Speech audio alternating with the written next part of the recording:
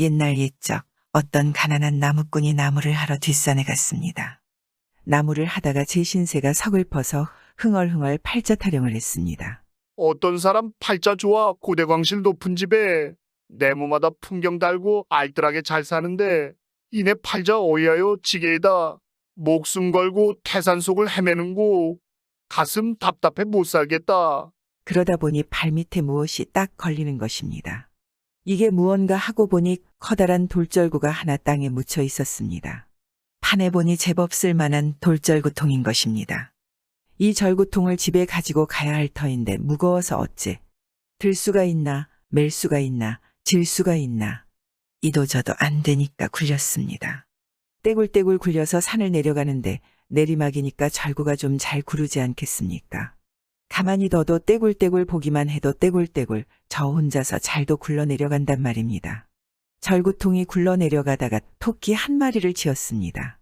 그 바람에 토끼도 절구통과 함께 떼굴떼굴 굴러 내려갔습니다.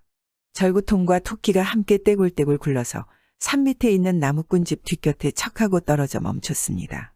나무꾼이 뒤늦게 산을 내려와 보니 자기 집 뒷곁에 절구통이 떡하니 와 있는데 글쎄 그 옆에 토끼 한 마리도 같이 와 있는 것입니다. 토끼가 절구통에 치여 떼굴떼굴 구르는 바람에 기절을 해서 발라당 자빠져 있는 것입니다. 옳거니 이거야말로 꽉 먹고 알 먹기로구나. 당장 토끼를 들고 장터에 달려가 외쳤습니다. 토끼 사세요. 토끼 사세요. 복슬복슬하고 귀여운 토끼 사세요. 마침 토끼 사겠다는 사람이 있어 흥정 끝에 돈 성냥 받았습니다. 가난한 살림의 돈 성냥이 어디겠습니까? 싱글벙글 입이 귀에 걸렸지 뭡니까? 한 마을에 사는 욕심쟁이 영감이 장에 왔다가 그걸 본 것입니다. 아, 자네 웬 돈인가? 토끼 팔아서 벌었습지요. 토끼는 무슨 재주로? 산 꼭대기에서 절구통을 굴리니까 치던데요. 욕심쟁이 영감이 그 길로 집에 달려가 마당에 세워둔 돌절구를 밧줄로 꽁꽁 묶었습니다. 혼자 힘으로 안 되니까 머슴을 불러 밧줄을 끌게 하고 자기는 뒤에서 밀며 뒷산으로 올라갔습니다. 영차영차 끙끙 아이고 무거워 영차영차 끙끙 아이고 무거워 하며 올라가는 겁니다. 한나절 동안 올라가서 산 꼭대기에 이르자 절구통을 산 아래로 휙 굴러내렸습니다. 절구통은 떼굴떼굴 잘도 굴러가는 것입니다. 가만히 둬도 떼굴떼굴 보기만 해도 떼굴떼굴 저 혼자서 잘도 굴러내려가는 것입니다. 이때 토끼 한 마리가 나무 밑에서 낮잠을 자다가 왈캉달캉 요란한 소리에 잠을 깼습니다. 토끼는 절구통을 피해 산 아래로 마구 다름박질을 쳤습니다. 토끼는 앞장서 다름질 치고 절구통은 뒤에서 왈캉달캉 따라오고 그러다가 둘 다 영감집 뒷곁으로 내려왔습니다. 토끼는 냉큼 앞마당으로 내빼고 절구통은 뒷간 기둥을 쿵 박고 멈췄는데 그 바람에 기둥이 부러지면서 뒷간이 폭삭 주저앉았습니다. 요란한 소리를 듣고 마나님이 나와보니 뒷간은 무너졌는데 웬 토끼 한 마리가 마당에서 눈을 말똥말똥 귀를 쫑긋쫑긋하고 있는 겁니다. 이놈의 토끼 맛 좀 봐라 몽둥이를 들고 덤비니까 토끼는 혼이 빠져서 장독대로 달아났습니다. 내 이놈 토끼야. 거기 가면 못 잡을 줄 알고. 마나님이 몽둥이로 장독대를 탁 내리치니까 장독대가 우지끈 와장창 깨져서 박살이 나는 겁니다. 토끼는 그 소리에 놀라 깡충깡충 뛰어서 지붕 위로 폴짝 올라갔습니다. 이때 산에서 영감이 내려와 보니 집안 꼴이 말이 아니겁니다. 뒷간은 무너지고 장독대는 부서졌는데 잡으려던 토끼는 잡히지 않고 지붕 위에 떡하니 올라가 있으니 말입니다. 그만 화가 머리끝까지 뻗쳐올랐습니다. 내 이놈 토끼야. 어디 혼 좀 나봐라.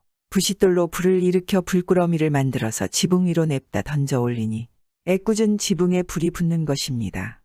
그 사이에 토끼는 뜨거워라 얼른 뛰어내려와 뒷산으로 달아나 버리고 끝내 지붕은 홀라당 타버려 기둥뿌리만 남았습니다.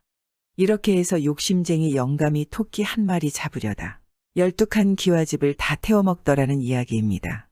과도한 욕심은 있는 것도 태워버리는 겁니다.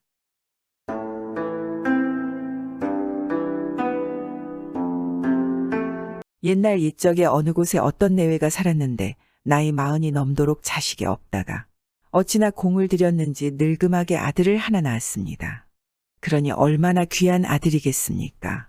금이야 오기야 하고 키우는데 말 그대로 불면 꺼질세라 쥐면 터질세라 하고 고이고이 키우는 겁니다. 그렇게 갖은 정성으로 나이 20살 먹도록 키워놨더니 이게 당최 약골인 것입니다. 고개 넘어 감기 왔다는 소문만 나도 재채기부터 하고 삽작 밖에 두어 걸음만 나갔다 와도 골골 앓는단 말입니다. 이거 뭐 이래가지고는 사람 구실을 할 것 같지도 않아 보였습니다. 용하다는 의원은 다 불러다 보이고 좋다는 보약은 다 구해다 먹여봤지만 소용이 없었습니다. 사시사철 골골 앓는 게 일인 겁니다. 이쯤 되니 내외는 슬아의 자식이 없을 때보다 걱정이 더 많아졌습니다. 자식이 없을 때야 그저 바라는 게 자식 하나 얻으릴 뿐이었지만 이제는 비가 와도 걱정, 바람이 불어도 걱정이란 말입니다. 그렇게 사는데 하루는 이 집에 과객이 하나 찾아들었습니다. 과객이 찾아오면 마땅히 반갑게 맞아들여 대접해야 할 일이지만은 아들 하나 있는 것이 밤낮 골골 앓으니 선뜻 마음이 안 내키는 겁니다. 행여 과객이 묻혀 들어온 바깥바람 때문에 병이 날까 두려워서 그런 것입니다. 죄송한 말씀이오나 딴 데 가서 하룻밤 유하시면 안 될까요? 왜 그러시오? 이 댁에 무슨 일이라도 있어? 딴 일은 없으나 아들 녀석 병치레가 끊일 날 없어 그럽니다. 그래요? 그렇다면 더더욱 묵어야겠어. 과객이 하는 말을 들으니 병깨나 볼 줄 아는 사람 같이 보였습니다. 그래서 혹시나 하고 맞아들여 대접을 잘하고 나서 아들의 병을 좀 봐줄 수 있겠느냐고 물어봤습니다. 그랬더니 대번에 그러자고 하는 것입니다. 그래서 얼른 보여주었습니다. 과객이 아들을 이리 보고 저리 보고 하더니 그동안 어떻게 키웠으며 어떻게 크더냐고 꼬치꼬치 물었습니다. 그래서 늙음하게 아들 하나 얻어 금이야 오기야 하고 키운 내력을 소상하게 말해 주었습니다. 그랬더니 이 과객이 대뜸 집 밖에 나가 이리 돌고 저리 돌고 한참을 빙빙 돌더니 들어와서 하는 말이 이것은 다른 병이 아니고 집 밖에 살이 끼어 생긴 병이니 살을 막지 않고는 아드님 목숨이 1년을 기약할 수 없습니다. 하는 겁니다. 아, 1년을 기약할 수 없다니 가슴이 철렁 내려앉지 않겠습니까? 내외가 바짝 매달려 제발살을 막을 방도를 일러달라고 보챘습니다. 그러면 제가 시키는 대로 하겠습니까? 여부가 있겠습니까? 아들 목숨을 살리는 일이라면 무엇이든지 하겠습니다. 그러면 이렇게 하십시오. 이 댁을 둘러싸고 있는 돌담에 살이 끼었으니 돌담을 헐고 새로 쌓되 이 일은 반드시 병자가 손수해야 합니다. 돌 하나라도 남의 손이 닿으면 효험이 없을 것이니 명심해야 합니다. 과객이 떠난 뒤에 내외는 아들을 시켜 돌담을 헐게 했습니다. 밤낮 골골 앓는 놈한테 그 힘든 일을 시키자니 뼈가 다 녹는 것 같지만 별 수가 있겠습니까? 살을 막으려면 그것밖에 없다는데 어떻게 하겠습니까? 날마다 일을 시켰습니다. 아들놈은 비실비실하면서도 제가 살 길이 그것밖에 없다 하니 이를 악물고 돌담을 하는데 워낙 기운이 없어서 첫날에는 겨우 돌멩이 5-6개밖에 못 털었습니다. 그런데 날이 갈수록 조금씩 힘이 붙는 것 같더란 말입니다. 둘째 날에는 여남은 개를 헐고 셋째 날에는 20남은 개를 헐어내고 이러더란 말입니다. 밥도 한 끼에 겨우 한술 먹던 놈이 한열을 지나 돌담 한 귀퉁이가 허물어질 때쯤 돼서는 한 그릇을 거뜬히 비웠습니다. 아, 살마기가 과연 효험이 있긴 있구나. 내외가 지켜보니 그 얼마나 좋겠습니까? 돌담이 차차 허물어질수록 아들놈 기운도 살아나고 밥그릇도 잘 주니까 말입니다. 이러고 한두어 달 지나 돌담을 다 헐어낼 때쯤 돼서는 아들놈 병이 거의 반 다 나았습니다. 한 서너 달 지나 새로 돌담을 다 쌓고 나니 언제 아팠냐는 듯이 말짱해졌습니다. 온몸에 살도 피둥피둥 오르고 기운도 제법 실해져서 아, 이만하면 어디에 내놔도 내 아들이야 할 만하것입니다. 살마기 돌담을 새로 다 쌓고 나서 얼마 안 되어 살마기 방도를 가르쳐준 과객이 다시 찾아왔습니다. 아들 목숨을 살려준 은인이라고 극진히 대접을 했습니다. 그러고 나서 손님께서는 어찌 그리 살을 잘 보십니까? 하고 물었습니다. 아, 그건 제가 좀 허풍을 떤 것뿐입니다. 이 댁 아드님이 워낙 일을 안 하고 커서 병골이 된 듯하여 일을 좀 시키면 나을까 하고 그랬지. 살은 무슨 살이겠습니까? 그러니까 사람은 일을 해야 병도 안 생기는 거지. 일 안 하고 놀면 무슨 병이든 꼭 생긴다는 이야기입니다. 요즘 아이들이 아토피 등 다양한 병에 시달리는 것이 너무 살뜰하게 키워서 그럴 수 있습니다. 예전 부모님들처럼 키워도 뭐 아주 잘 크지 않았습니까?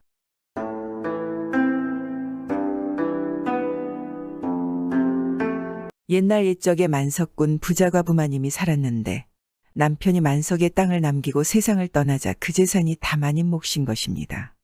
만석꾼이긴 하지만 남들한테 베푸지 않는 그런 여자였습니다. 탐욕스러운 마님은 오로지 돈밖에 몰랐습니다. 만석꾼이면 마을 사람들도 돕고 불쌍한 사람들도 도와주면 좋지 않겠습니까? 그런데 그런 것조차 모르는 그냥 가엾은 욕심쟁이 마님이었던 것입니다. 이 마님이 집에 고양이를 한 마리 키웠습니다. 그런데 이 고양이가 얼마나 야무지고 단단한지 살을 만져보면 꼭 돌 같는 것입니다. 그래서 돌고양이라고 불렀습니다. 한 번은 이 마님이 병이 들어 누웠는데 아무리 좋은 약과 용하다는 의원을 불렀지만 낫질 않았습니다. 그러다 아주 용한 명의가 이르기를 이 병에는 돌고양이 고기를 먹으면 낫는다고 그러거든 말입니다. 그래서 집에 키우던 돌고양이를 잡아다가 매달아 놨습니다. 아무리 키우던 고양이인들 자기 먼저 살아야 하지 않겠습니까? 이튿날 잡아서 고기를 먹으려고 준비하는데 그런데 이놈의 고양이가 밤새 야옹야옹 우는 것입니다. 아무리 탐욕스러운 마님이지만 키우던 고양이인데 불쌍하지 않겠습니까? 그래서 고양이 고기를 약으로 조금 쓰려고 죽일 것까지 하있나. 엉덩이 살을 조금 베어내고 도로 꿰매주면 살지 않을까. 하고서 그 이튿날 고양이를 묶어 매단 채로 엉덩이 살을 조금 베어냈습니다. 그러고는 상처를 도로 꿰매서 풀어주었습니다. 그랬더니 고양이가 눈을 하얗게 뜨고 크게 한번 양엉하고 어디로 갔는지도 모르게 그냥 사라져버리더란 말입니다.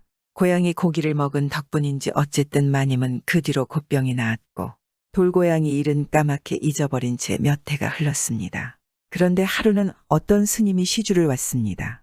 만석꾼이나 되니까 집에 돈이고 양식이고 많을 것 아니겠습니까?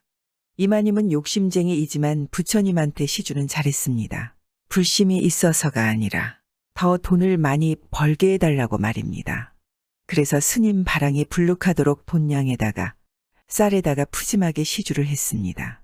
그랬더니 스님이 참으로 고맙습니다. 절에 아주 쓰임이 있을 것입니다. 하고 인사를 하고서는 몇 발짝 나가다가 혼잣말로 그런데 살이 끼었군. 살이 끼었어. 조만간 큰일이 날 게야. 이러거든 말입니다. 그 소리를 마님은 못 듣고 하인들이 들었습니다. 저 스님이 지금 나가면서 뭐라고 그러시느냐. 살이 끼었다고 그러십니다. 조만간 큰일이 난다고 하는데쇼. 마님이 놀라서 버선발로 달려나가 스님을 붙들었습니다. 스님, 그게 웬 말이십니까? 살이 끼고 조만간 큰일이 난다는 게.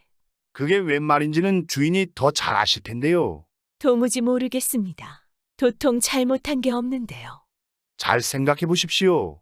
분명히 산목숨을 모질게 다룬 일이 있을 것입니다. 산목숨을 모질게 다룬 일이 있다니. 가만히 생각해보니 몇 년 전에 돌고양이 살을 베어 먹은 일이 있단 말입니다. 그것 말고는 도무지 그런 일이 없거든 말입니다. 사실은 몇 년 전에 이러이러한 일이 있었습니다. 하고 스님에게 말했습니다. 그러면 그렇지. 바로 그 돌고양이가 앙심을 품고 몇 년 동안 해물만 먹고 힘을 길러서 얼마 뒤에 주인을 해치러 올 것입니다. 들어보니 끔찍하지 않겠습니까? 고양이가 앙심을 품으면 반드시 사람을 해친다고 하고 또 고양이가 해물을 먹으면 엄청나게 힘이 세어진다는 말을 들은지라 등골이 서늘해지는 거지 않겠습니까? 그럼 죽는 방도만 있고 살 방도는 없습니까? 부디 가르쳐 주십시오. 내일 날이 밝는 대로 돈을 한 짐 싣고 북쪽으로 가십시오. 가다 보면 개를 파는 집이 많을 것이오. 그중 반드시 호박개라고 하는 것을 3마리 사되 돈을 아끼지 말아야 합니다. 개를 집에 데려오면 묶어두지 말고 개가 하는 대로 가만히 두십시오. 스님이 그 말만 남기고는 바람같이 가버리는 것입니다.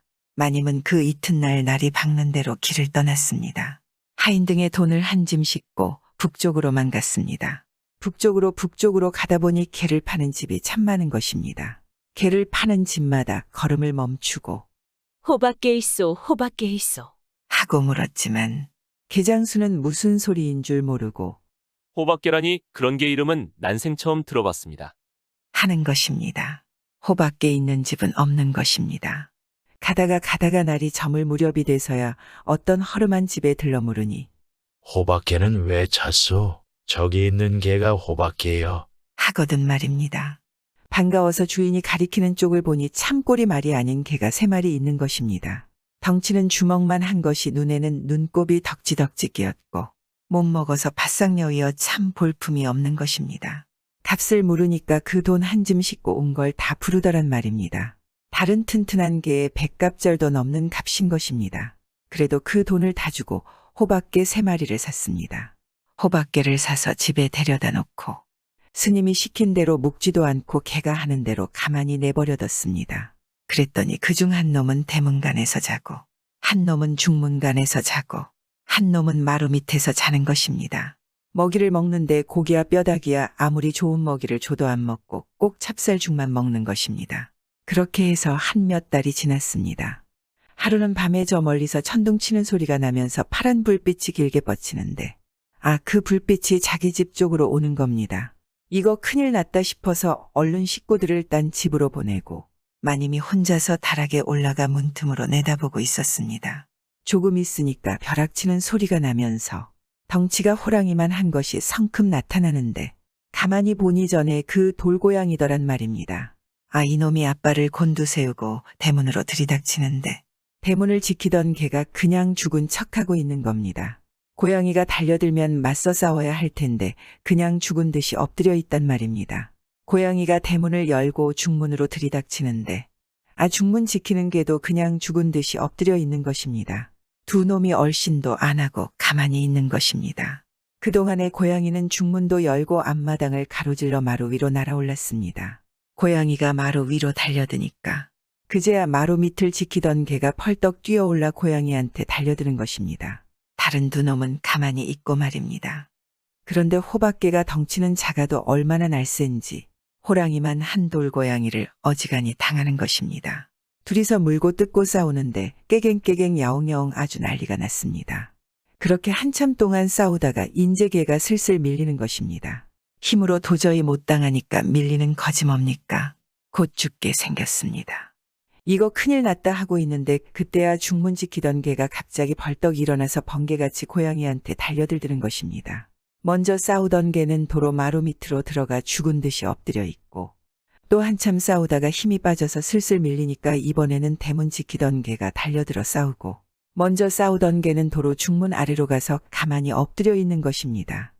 이렇게 번갈아 가면서 싸우니까 고양이도 못 당하는 것입니다. 다른 개가 싸우는 동안에 가만히 엎드려 힘을 모아뒀다가 달려들고 하니까 못 당하는 거지 않겠습니까? 밤새도록 싸우다가 날이 부옇게 셀 무렵에야 고양이가 나가 떨어졌습니다. 개 3마리도 지칠 대로 지쳐서 축 늘어졌지 뭡니까? 마님이 미리 숨겨놨던 힘센 머슴 하나에게 소리쳤습니다.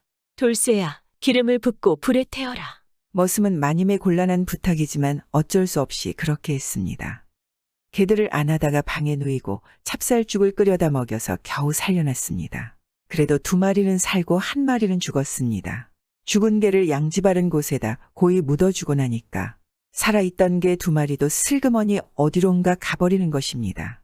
며칠 뒤에 주인이 꿈을 꾸는데 허연 노인이 나타나서 개의 은혜를 갚으려거든 앞으로 더도 말고 덜도 말고 한 해에 딱 1000석씩만 거두고 나머지는 다 가난한 사람들에게 베풀어라 하는 것입니다. 그 뒤로 한 해에 딱 1000석씩만 거두고 나머지는 다 가난한 사람들에게 나누어졌습니다. 행여 잘못해서 1000석에서 단 몇 석만 더 거두어도 개 무덤에서 개 울음소리가 났다니 참 신기하지 않겠습니까? 이게 만석군 60만은 과부마님이 1000석군 되었다는 이야기입니다. 남에게 베풀어서 자신의 목숨을 구한 것입니다. 요즘 우리들도 사는 게 참 팍팍하지 않습니까? 이마님처럼 만석군이 1000석군이 될 수는 없겠지만 주위의 어려운 이웃들을 한번 생각한다면 복받지 않을까요?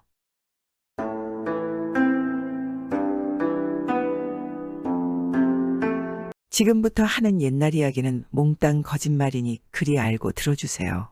조금은 황당하지만 재미있는 천상배필에 관한 이야기입니다. 옛날 옛적에 한 청산과부가 있었는데 이 과부는 아주 어린 나이에 시집을 가서 남편이 혼례 치르는 날 저 세상으로 가서 과부가 된 것입니다. 말이 과부지 처녀인 것입니다. 정말 억울하지 않겠습니까? 그래서 처녀의 아버지는 다시 집으로 데리고 와서 함께 살았습니다. 그런데 이 처녀는 배짜는 재주가 참 용했습니다.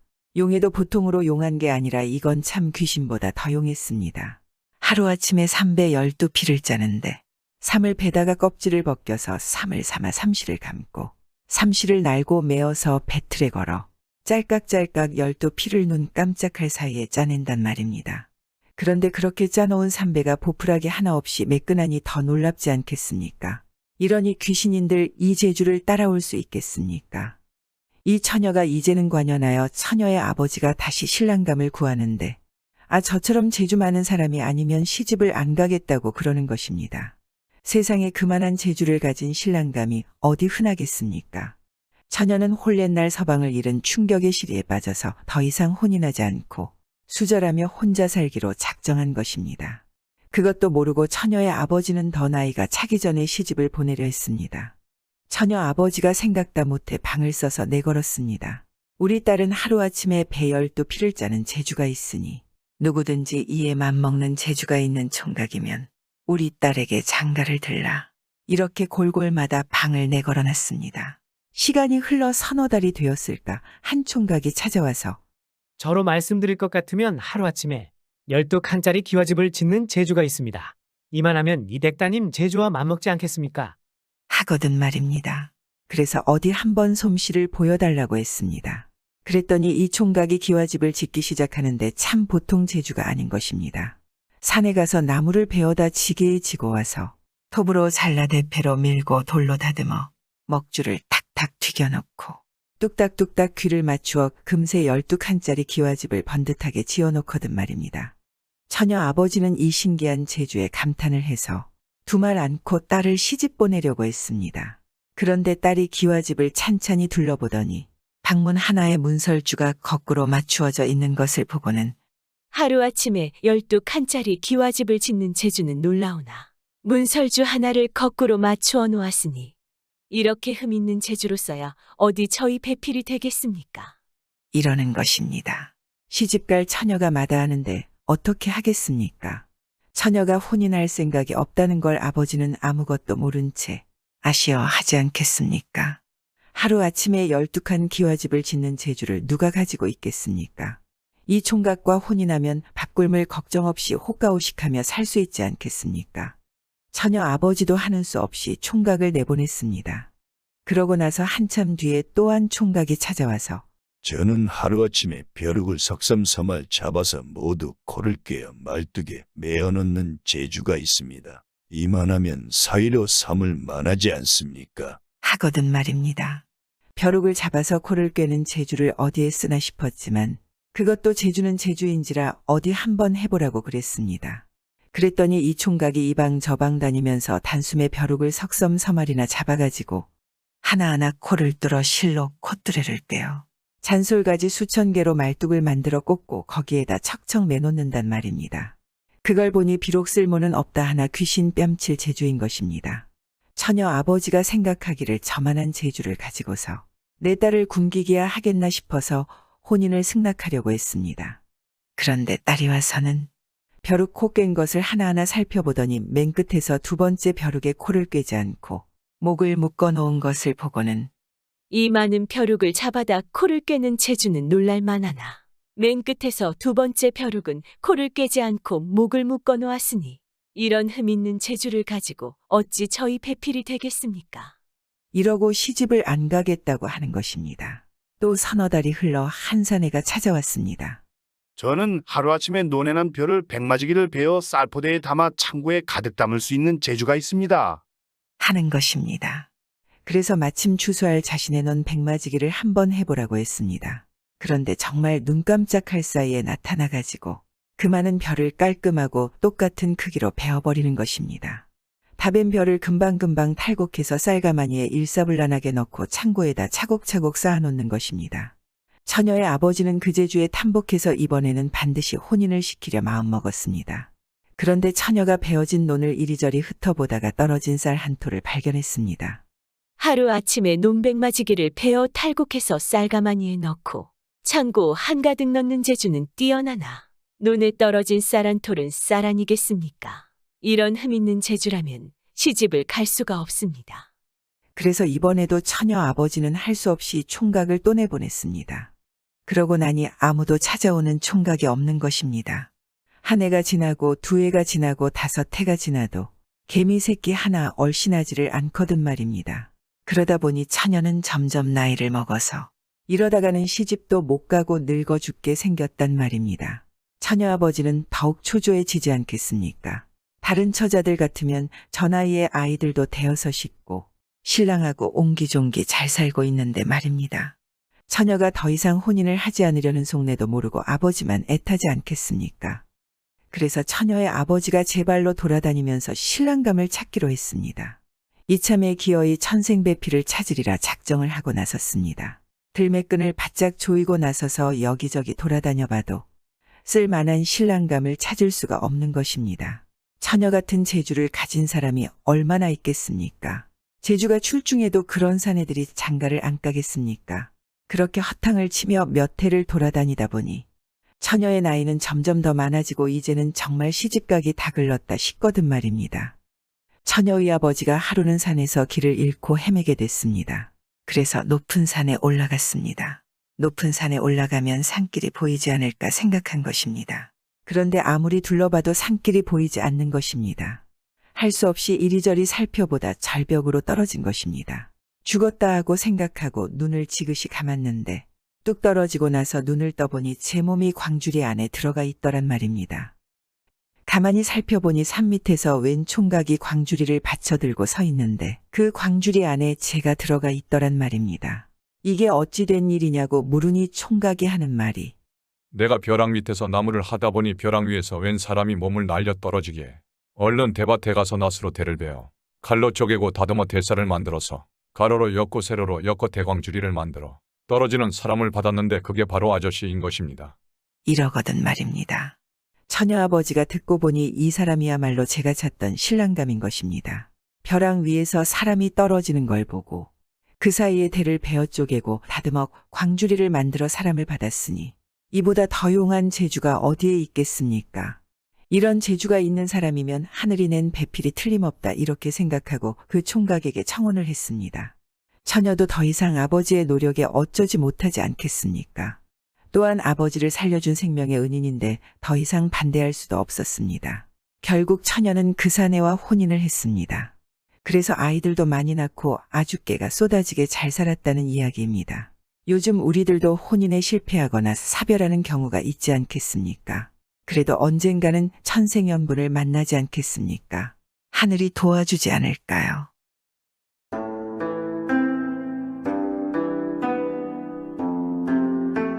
오늘 이야기는 한 사내가 하룻밤 사이에 검은 머리가 백발이 되었다는 흥미로운 이야기입니다. 그것이 바로 극진한 부부의 사랑에서 비롯된 것입니다. 오늘도 재미있게 옛날 이야기를 들어주시면 감사하겠습니다. 옛날 옛적에 두 노인이 나룻배를 타고 강을 건너게 됐습니다. 한 노인은 머리가 거뭇거뭇한데 한 노인은 아주 새하얀 백발인 것입니다. 그런데 배가 오니까 백발이 성성한 노인이 머리 거뭇거뭇한 노인더러 먼저 배를 타라고 사양을 하는 것입니다. 머리 거뭇거뭇한 노인이 이상하게 여겨 백발의 노인에게 물었습니다. 무슨 말씀이십니까? 연세 많은 노인장이 먼저 배에 오르셔야지요. 같이 늙어도 장유서인데 먼저 오르시지요. 하고 사양을 하니까 백발이 성성한 노인이 조용히 말하기를 아무 말씀 마시고 먼저 배를 타십시오. 연유는 나중에 말씀드리겠습니다. 하거든 말입니다. 그래서 할 수 없이 머리 거뭇거뭇한 노인이 먼저 배를 탔습니다. 배를 타고 강을 건너면서 검은 머리 노인이 그 연유를 물었습니다. 그랬더니 머리가 새하얀 노인이 하는 말이 노인장은 제 나이가 얼마쯤 돼 보이십니까? 하고 묻거든 말입니다. 제가 올해 64시니 저보다 10년 위 연배는 되시겠습니다. 했더니 백발의 노인이 무슨 생각에 잠겼는지 한참 있다가 말했습니다. 사실은 제 나이가 51쪽입니다. 그래서 아까 먼저 배에 오르시라고 사양을 했지요. 이런단 말입니다. 아나이 50도 안 된 사람이 머리가 백설같이 하얀이 믿어지지가 않지 않겠습니까? 제 머리가 이렇게 하얗게 센 데는 내력이 있습니다. 강을 다 건너려면 아직 멀었으니 그동안 그 내력이나 말씀드리지요. 심심하지는 않을 겁니다. 하면서 이야기를 늘어놓는데 들어보니 참 기막히더란 말입니다. 이게 그 이야기니 어디 한번 들어봐 주세요. 재미있지 않을까 생각합니다. 이 사람이 젊어서 소금 장사를 했는데 한 번은 소금짐을 지고 금강산을 넘게 됐습니다. 금강산 고개를 한 고개 넘고 두 고개 넘고 이렇게 넘어가는데 어느 고개를 넘다 보니 쌀은 없고 빈쌀 자루만 있는 것입니다. 그래서 그걸 주워 가지고 갔습니다. 한 고개를 더 넘으니 날이 저물었는데 마침 골짜기 한쪽에 불이 빠는 집이 있어서 그리로 갔습니다. 가서 주인을 찾으니 젊은 안악이 나오는 것입니다. 길 가다가 날이 저물어서 곤란하게 되었으니 하룻밤 묵어가게 해달라고 그러니 그러시냐고 하면서 들어오라고 그러는 것입니다. 집에 들어가서 저녁밥을 한 상 잘 얻어먹었는데 주인 안악이 소금 장수가 주워가지고 온 쌀자루를 보더니 기겁을 하는 것입니다. 손님, 그 쌀자루는 어디서 났습니까? 소상히 말해주세요. 이것은 내가 고개 넘어 길에 떨어져 있는 것을 주워가지고 왔소이다. 쌀은 하나도 없고 쌀자루만 숲에 버려져 있었습니다. 그랬더니 안악이 부엌에 나가더니 칼을 들고 오는 것입니다. 칼을 들고 들어와서 이 사람에게 들이밀면서 사내를 위협하며 말했습니다. 그 쌀자루는 내 남편 것입니다. 그게 길에 떨어져 있었다면 필시 도적에게 쌀을 빼앗기고 죽었을 터이니 남편 시체를 찾으러 가야겠습니다. 여기서 이 칼에 죽으렵니까? 나와 함께 시체를 찾으러 가시렵니까? 이런단 말입니다. 소금 장수는 혼이 다 빠져서 함께 가겠다고 하지 않겠습니까? 그래서 두 사람이 밖으로 나왔습니다. 안악이 장작불을 켜들고는 앞에 서렵니까? 뒤에 서렵니까? 하기에 겁이 나서 뒤에 서겠다고 하지 않겠습니까? 가뜩이나 컴컴한 밤에 산짐승들이 먹이감을 기다리고 있을 터인데 앞에 섰다가는 무슨 봉변을 당하지 않겠습니까? 안악은 장작불을 들고 앞에 서고 소금 장수는 뒤를 따라가는데 밤이 깊어 사방이 깜깜한 데다 산짐승들이 눈에 불을 켠 채 줄레줄레 따라와서 머리칼이 곤두서지 않겠습니까? 가다가 산짐승들이 달려들면 안악이 장작불을 휘둘러 쫓고 하면서 갔습니다. 그렇게 고개를 넘어가서 산속을 뒤지니까 한참 있다가 남편 시체가 나오는 것입니다. 시체를 찾아가지고 이 안악이 통곡하는 것입니다. 너무 슬프게 울어대니 보는 소금 장수도 마음이 찡하지 않겠습니까? 한참을 울다가 안악이 언제 울었냐 싶은지 눈에 도끼를 품고 말했습니다. 내 남편을 죽인 놈들은 내가 죽어서라도 저주하리라. 급살할 거야. 꼭 그렇게 만들 거야. 그리고 다시 소금 장수를 보며 말했습니다. 시체를 안고 가렵니까? 장작불로 짐승을 쫓으렵니까? 선택하세요. 한단 말입니다. 시체 안고 가기보다는 장작불 들고 짐승 쫓으며 가는 편이 낫겠다 싶어서 장작불을 받았습니다. 안악은 시체를 안고 가고 소금 장수는 장작불을 들고 달려드는 산짐승을 쫓으면서 갔습니다. 범인지 살쾡이인지 눈에 퍼런빛이 번쩍번쩍하는 것이 사방에서 달려들어서 그것들을 쫓느라고 이 사람 혼이 다 빠져서 집에 돌아왔습니다. 안악은 시체를 안방에 뉘어놓고는 지아비 장례를 치르려면 친정에 가서 오라비를 데려와야겠습니다. 고개 넘어 친정에 기별하러 가시렵니까? 여기서 시체를 지키고 있으렵니까? 하거든 말입니다.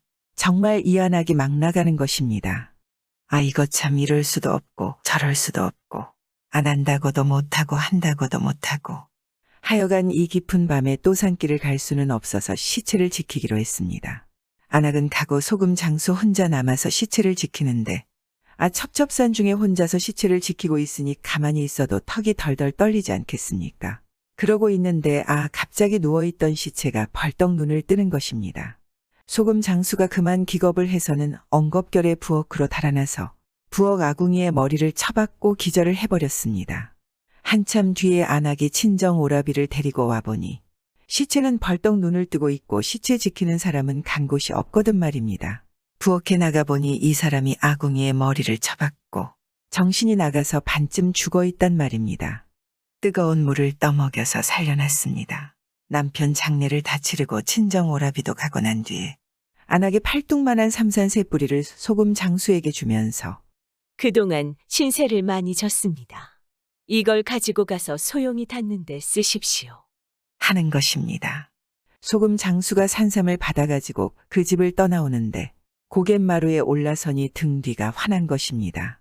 무슨 일인가 하고 뒤를 돌아보니 그 집에 불길이 솟아 환하게 타들어가는데 안악은 없고 하얀 학 한 마리가 울부짖으며 지붕에 올라가 불길을 뒤집어 쓰고 있는 것입니다. 안악은 사람이 아니고 학이었던 것입니다. 남편을 따라 하늘나라로 가려는 것입니다.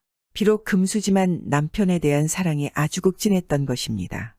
소금 장수가 이 모진 일을 겪고 나서 하룻밤새 머리가 악처럼 새하얗게 새었다는 이야기입니다. 검은 머리 노인이 이야기를 다 듣고서 고개를 끄덕끄덕 거렸습니다. 그리고 뭔가 아는 듯 물어봤습니다. 아, 그래서 금강산에 떨어지지 않고 다니는 학 한 쌍이 있었는데 10년 전부터 보이지 않은 게 그 연유였군. 금수지만 사람보다 낫군.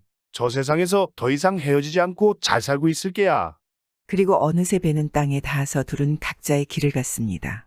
소금 장수는 하기 준 삼산세 뿌리를 판 돈을 자신에게 쓰지 않고 소금 장수하면서 돌아다니다 사정이 어려운 이웃들에게 썼다는 이야기입니다. 학에 숭고한 사랑이든 재물을 쓴다는 게 왠지 탐탐지 않았던 것입니다. 요즘 우리 사는 세상도 이학 부부처럼 산다면 집안이 화목하고 매일매일 즐겁지 않을까요? 비록 옛날 이야기이지만 우리가 학보다는 나아야 하지 않을까요?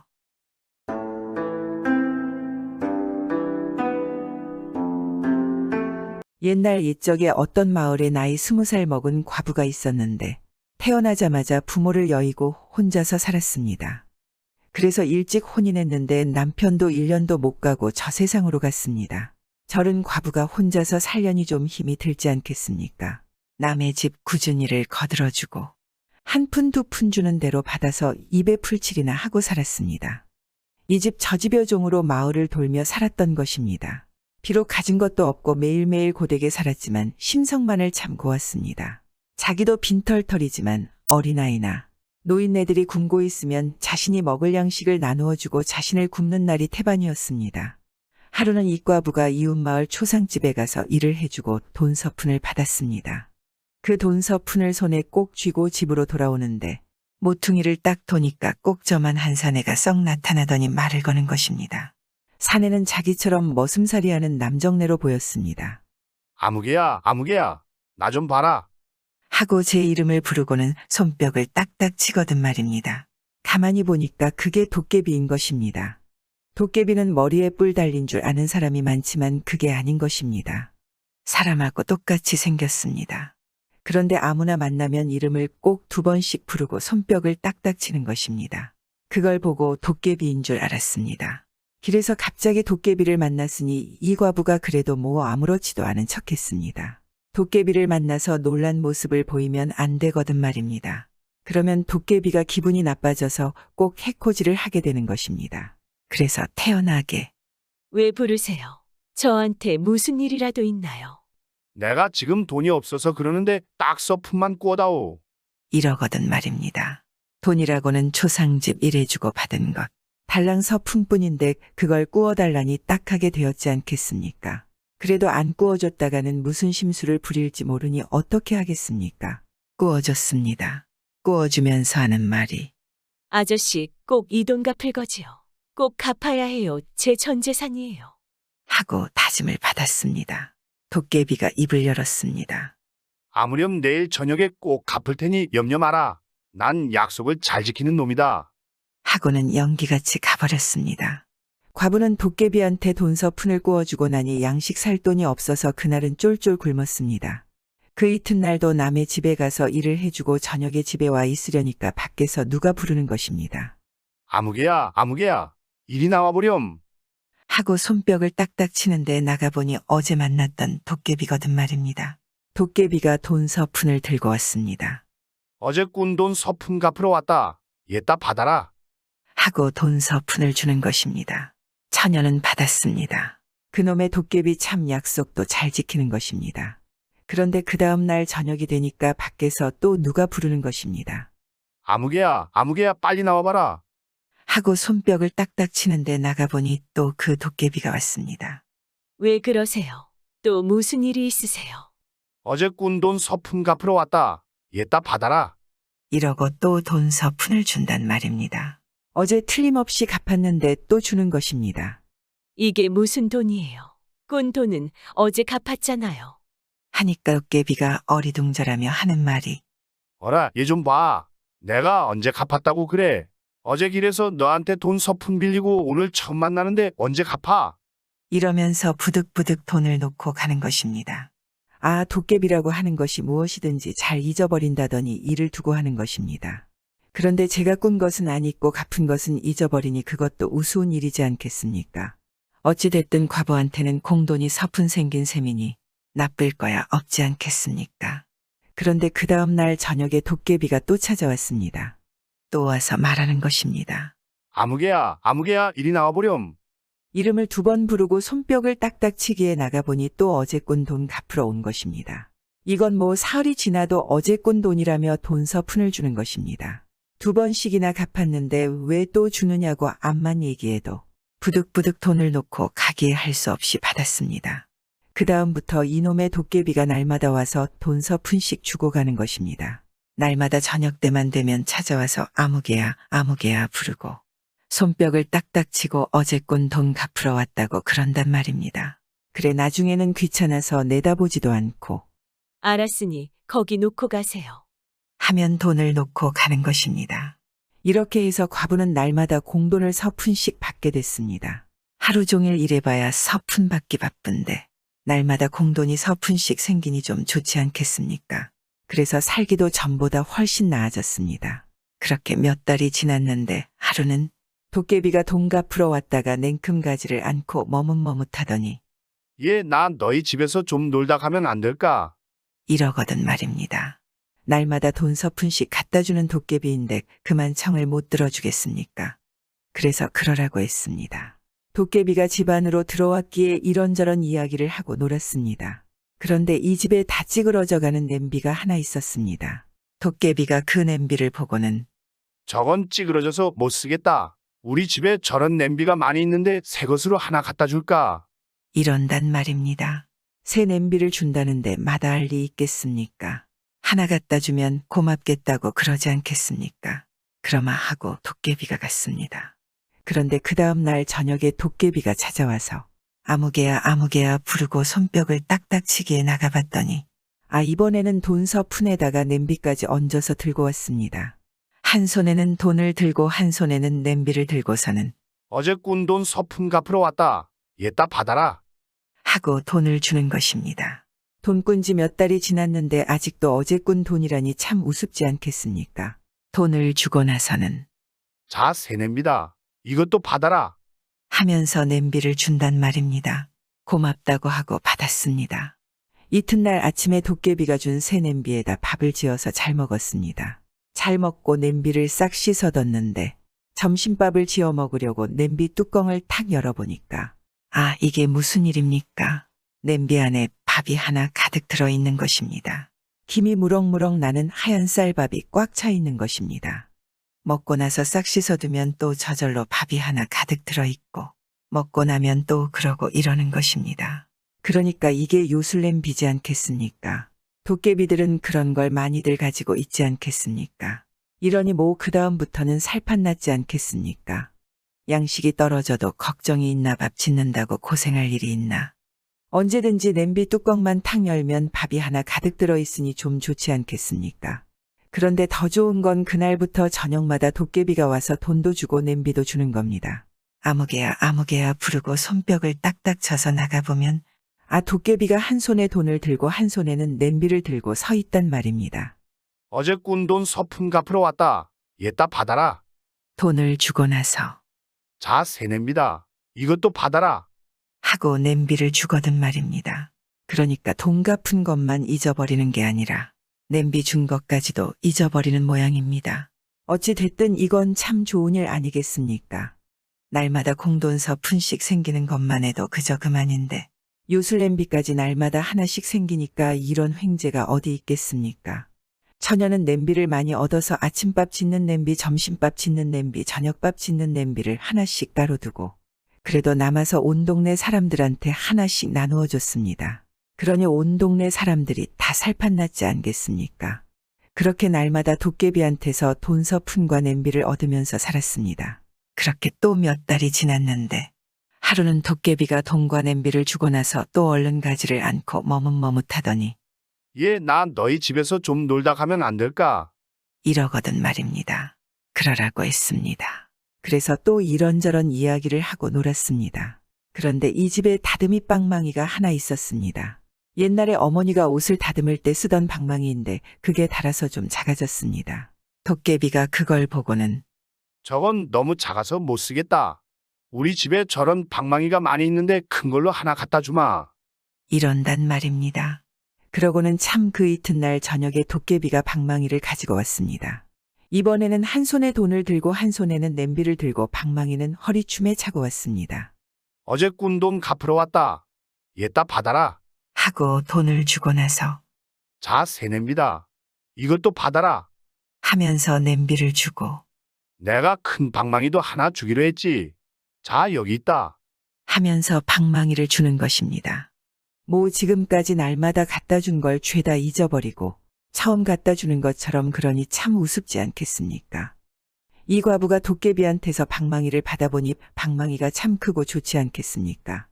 그래서 그걸 다듬이돌에다가 뚝딱뚝딱 두드리면서 나도 어머니가 있었으면 여기 이렇게 두드려서 새 옷 한 벌 지어줄 텐데. 새 옷이나 한 벌 있었으면 좋겠다. 했더니 금세 새 옷이 턱 나오는 것입니다. 새 이불도 있었으면 좋겠다 하니까 새 이불도 턱 나오고 그러니까 그게 도깨비 방망이인 것입니다. 뭐든지 나오라고 하면 다 나오는 방망이란 말입니다. 그러니 얼마나 좋겠습니까? 방망이를 두드려서 새 집도 나오게 하고 장롱도 나오게 하고 병풍도 나오게 해서 아주 번듯하게 차려놨습니다. 그런데 더 좋은 건 그 다음 날부터 아무개야 아무개야 부르고 손뼉을 딱딱 쳐서 나가보면 도깨비가 한 손에 돈을 들고 한 손에는 냄비를 들고 방망이는 허리춤에 차고 턱 서 있거든 말입니다. 어제 꾼 돈 갚으러 왔다. 얘따 받아라. 돈 꾼 지 1년이 다 되어가는데 아직도 어제라는 것입니다. 자, 새 냄비다. 이것도 받아라. 냄비는 수도 없이 받았는데 또 주는 것입니다. 내가 큰 방망이도 하나 주기로 했지. 자, 여기 있다. 어제 하나 준 걸 잊어버리고 또 주는 것입니다. 이러니 수가 나도 보통 난 게 아니지 않겠습니까? 그날부터 날마다 공돈 서푼에다가 요술냄비에다가 도깨비 방망이까지 얻게 되니 이건 감당도 못할 횡재지 않겠습니까? 과부는 방망이를 많이 얻어서 금 내는 방망이, 은 내는 방망이, 옷 내는 방망이를 하나씩 따로 두고 그래도 남아서 온 동네 사람들한테 하나씩 나누어 줬습니다. 그러니 온 동네 사람들이 죄다 큰 부자가 됐지 않겠습니까?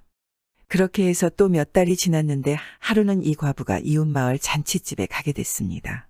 처음에 도깨비를 만났던 그 모퉁이를 딱 도는데 누가 자꾸 부르는 것입니다. 아무개야 아무개야 2번 부르고 손뼉을 딱딱 치는데 그 소리가 머리 위에서 들린단 말입니다. 그래서 하늘을 쳐다봤더니 공중에 그 도깨비가 붕 떠 있는 것입니다. 그런데 이놈의 도깨비가 공중에 붕 떠서 훌쩍훌쩍 울고 있는 것입니다. 왜 거기서 울고 있습니까? 하니까 이 도깨비가 울면서 하는 말이 내가 죄를 많이 지어서 하늘에 있는 도깨비 나라 임금님한테 벌 받으러 가는 길이다. 이러거든 말입니다. 무슨 죄를 지었느냐고 물으니깐 살림을 너무 헤프게 산 죄란다. 나는 아무 짓도 안 한 것 같은데 집에 있는 돈이고 냄비고 방망이고 마구 남을 갖다 줘서 우리 집 살림이 거덜이 났대. 이런단 말입니다. 듣고 보니 참 미안한 일 아니겠습니까? 그래도 어쩔 도리가 없지 않겠습니까? 도깨비 나라 잃을 사람이 참견할 수는 없으니 말입니다. 그런데 도깨비가 그 다음에 하는 말이 더 가관인 것입니다. 뭐라고 하는고 하니 내가 지금 올라가면 언제 올지 모르는데 너한테 돈 서푼 꾼 것도 못 갚고 냄비와 방망이도 못 주고 가는구나. 참 미안하다. 하늘에서 벌 다 받고 내려오면 그때 꼭 주마. 이러는 것입니다. 제가 지금까지 그렇게나 많이 갖다 준 걸 죄다 잊어버리고 말입니다. 그러고는 훌쩍 하늘로 올라갔는데 그 뒤로는 아무도 그 도깨비를 못 보았습니다. 아직도 하늘에서 벌 받고 있는지 모르지 않겠습니까? 그건 그렇고 누구든지 도깨비가 돈 꾸어달라거든 두말 말고 꿔줘야 하지 않겠습니까? 그렇게만 하면 횡재수가 터질 테니깐요. 아마 착한 과부를 위해서 도깨비가 알고도 모른 척 자신의 모든 것을 주지 않았을까요? 우리 주위에도 이런 도깨비 같은 사람들이 있습니다. 자식한테 하염없이 주고 또 주고 마지막까지 모든 걸 주는 부모님 말입니다. 그런 부모님한테 지금 잘하고 있나 한번 생각해 봐야 하지 않겠습니까?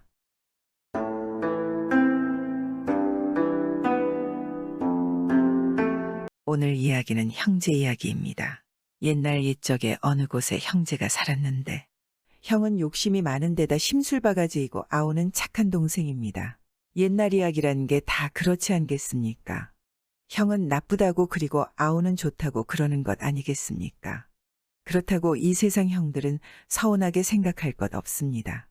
옛날에는 장남이 집안 살림을 해야 하니깐 암만 해도 아우가 형보다 약하니까 약한 쪽 편들어주는 게 인지상정 아니겠습니까?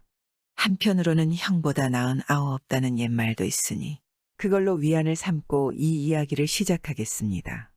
형제가 살다가 아버지 어머니가 다 죽고 나니 형이 유산을 혼자서 다 차지하고 아우한테는 쌀아기 한 알도 안 주는 것입니다. 그러니 아우는 어떻게 하겠습니까? 먹고 살 길이 없으니 장사길로 나섰습니다. 그리고 소금 장사를 했습니다. 소금 짐을 지고 고을마다 다니면서 소금을 파는데 그러다 보니 길에서 날이 저물 때가 한두 번이 아니지 않겠습니까? 길 가다가 날이 저물면 아무 데서나 한 대짬을 자고 그렇게 돌아다녔단 말입니다.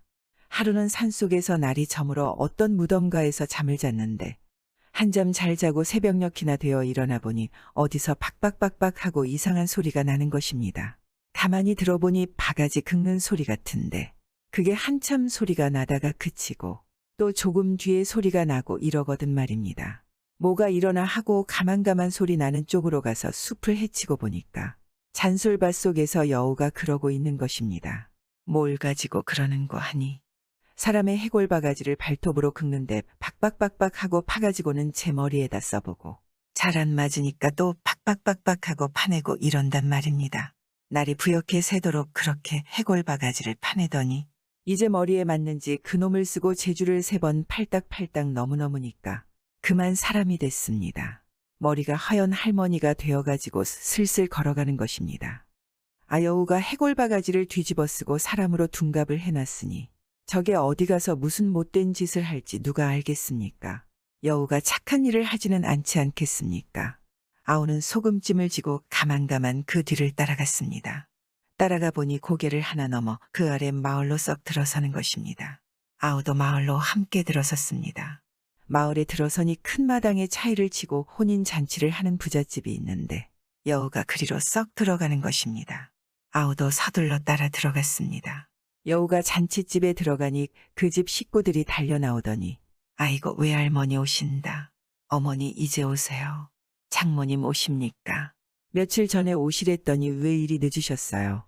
하고 반갑게 맞아드리고 동네 사람들도 외가지 큰마님이 손주 혼인 보러 오셨네. 하고 반갑게 인사를 하고 그런단 말입니다. 그러니까 여우는 태연하게 대답하는 것입니다. 응, 내가 오다가 다리병이 나서 쉬었다가 오느라고 늦었다. 이러거든 말입니다. 아, 저것이 이 집 신랑 외할머니를 잡아먹고 해골 바가지를 뒤집어 써서 둔갑을 했구나.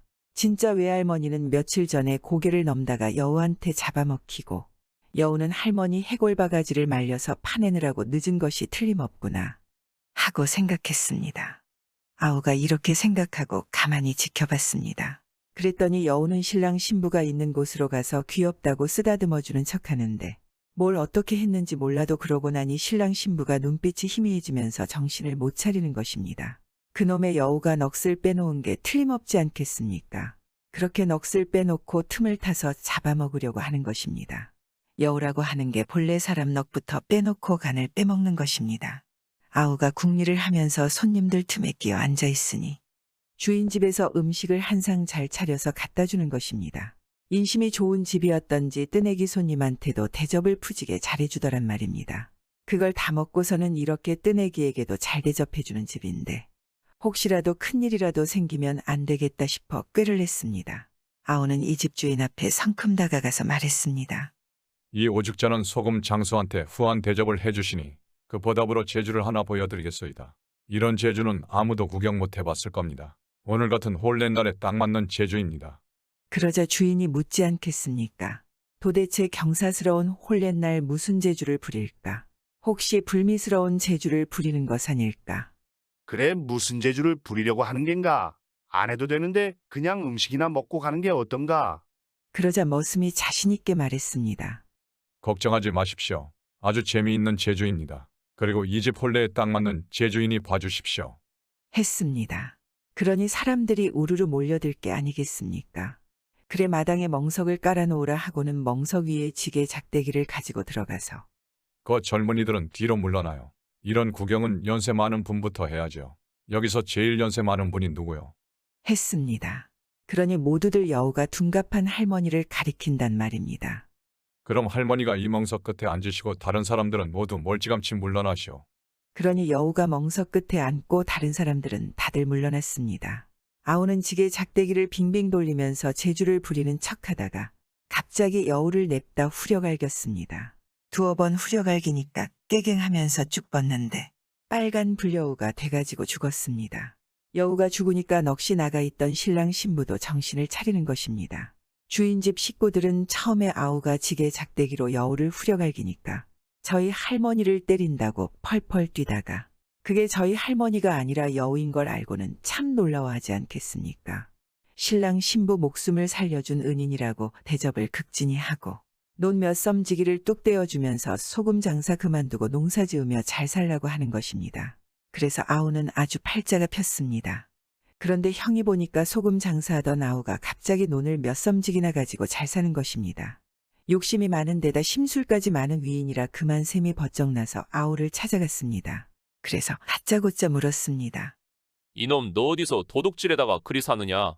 너 같은 무일푼에 소금이나 파는 놈이 어떻게 논 몇 마지기가 말이 되느냐? 기필고 넌 도둑질을 한 게야.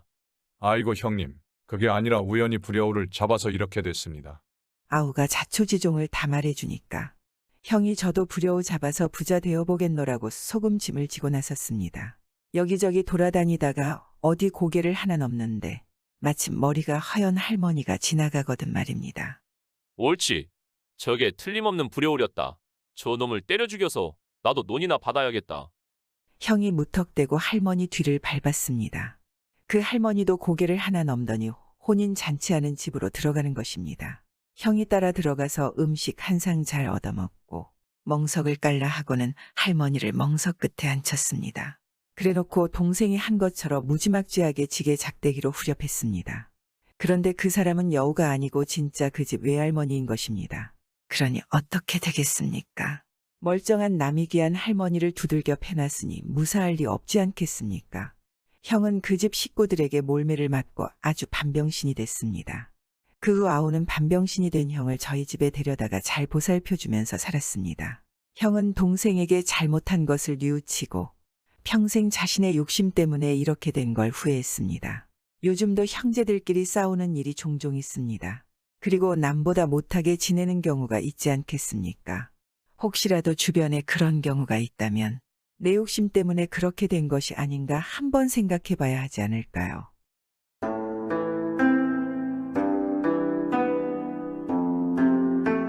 옛날 옛적 깊은 산골에 한 총각 나무꾼이 살았는데 집이 워낙 가난해서 나이 40이 넘도록 장가를 못 갔습니다.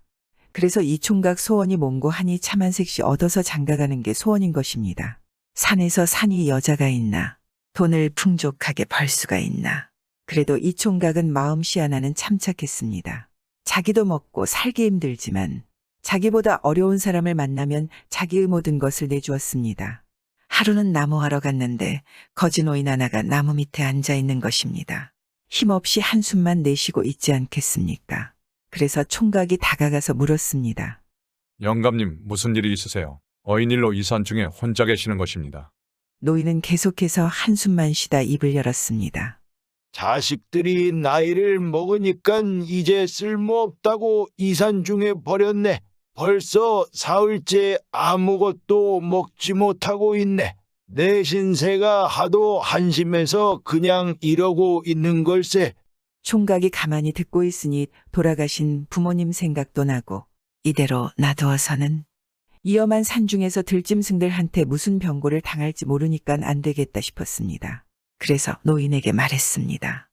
저도 사는 게 아주 미천하지만 혼례도 안 치르고 양친도 모두 여의어서 저 혼자 몸이니 저와 함께 가서 사시지요. 풍족하지는 않지만 영감님 입 하나 굶기겠습니까? 총각의 말에 노인은 흔쾌히 승낙을 하고 따라갔습니다. 노인은 총각 아니면 여기서 어떻게 될지 모르니 총각이 말이 정말 고맙지 않겠습니까? 총각은 노인을 모셔다가 부랴부랴 밥을 지어 대접을 했습니다. 또 잠자리도 마땅치 않지만 아랫목은 노인에게 주고 자신은 문 앞에서 잤습니다. 이러고 한 달이 지났을 때 노인이 총각을 불러서 이렇게 말하는 것입니다. 내가 자네한테 신세를 진 지 벌써 한 달이나 되었네. 이 늙은 몸이 자네한테 뭐 해줄 것도 없고 신세만 지고 있으니 미안하구려. 대신 내가 어제 꿈을 꿨는데 산중 큰 버드나무 밑에 산삼이 나오는 꿈을 꿨네. 꿈이지만 너무 생생했네. 속는 셈 치고 내일은 꼭 그곳으로 가보게.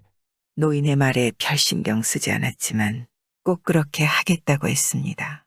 다음 날 노인이 말아 커다란 버드나무가 있는 곳으로 가는데 늪에 호랑이 한 마리가 빠져서 허우적거리고 있는 것입니다. 아무리 호랑이지만은 가만히 두면 죽게 생겼으니 좀 불쌍하지 않겠습니까? 곧 기다란 나무작대기를 가져다가 사다리를 놔줬습니다. 호랑이는 그 사다리를 타고 올라와서 살았습니다. 어떤 얘기에는 일껏 호랑이를 살려줬더니 잡아먹으려고 한다지만 여기서는 안 그러는 것입니다. 이 호랑이는 대뜸 입을 넙죽거리면서 말을 하는 것입니다. 옛날 이야기이니깐 호랑이도 말을 잘하거든 말입니다.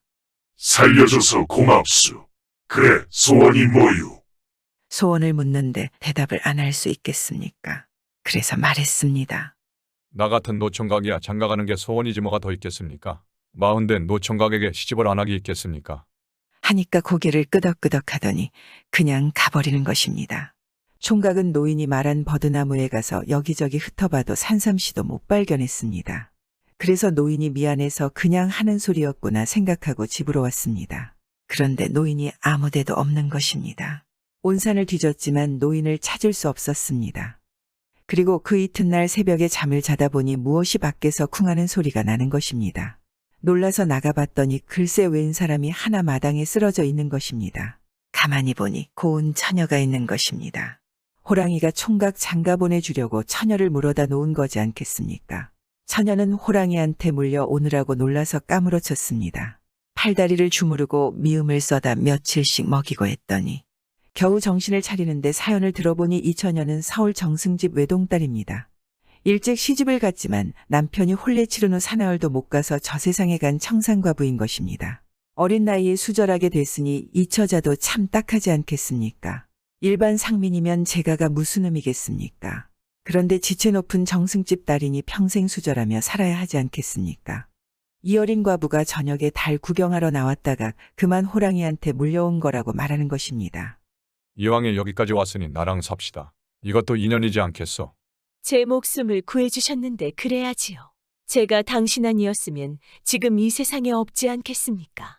그래서 둘이 혼인을 했습니다. 나무꾼은 호랑이 덕에 소원을 이뤘습니다. 그런데 살다 보니 아내가 친정에 가고 싶어 하는 겁니다. 총각은 태어나서 한 번도 이 산골을 떠나본 적이 없는 데다가 서울이 어디에 붙었는지도 모르는 판인데 말입니다. 하는 수 없이 호랑이를 찾아갔습니다. 전에 호랑이 구해줬던 곳에 가서 호랑아, 여기 있으면 나 좀 봐줄래? 하고 부르니까 호랑이가 나오거든 말입니다. 사정 이야기를 했습니다. 아내가 친정일 가고 싶어 하는데 길을 몰라서 갈 수가 없구나. 나 좀 도와다오. 그 말을 듣고 호랑이가 잠깐 생각하더니 당나귀 가죽을 한 장 구해 오라는 것입니다.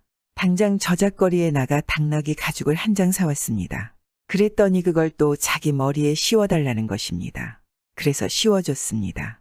그러니까 호랑이가 대번에 당나귀가 된 것입니다. 늙은 당나귀로 변해서 이힝 하고 오는 겁니다. 그놈을 끌고 집에 와서 아내를 태우고 자기도 탔습니다. 그랬더니 당나귀가 냅다 달리는데 빠르기가 마치 번개 같은 것입니다. 그도 그럴 것이 껍데기는 비루먹은 당나귀지만은 속은 호랑이니까 그 걸음이 좀 빠르지 않겠습니까? 눈 깜짝할 사이에 당나귀를 타고 서울을 갔습니다. 정승 집에 턱 들어가니 참 난리가 나버렸지 않겠습니까? 죽은 줄만 알았던 딸이 살아서 왔으니 난리가 나지 않나겠습니까?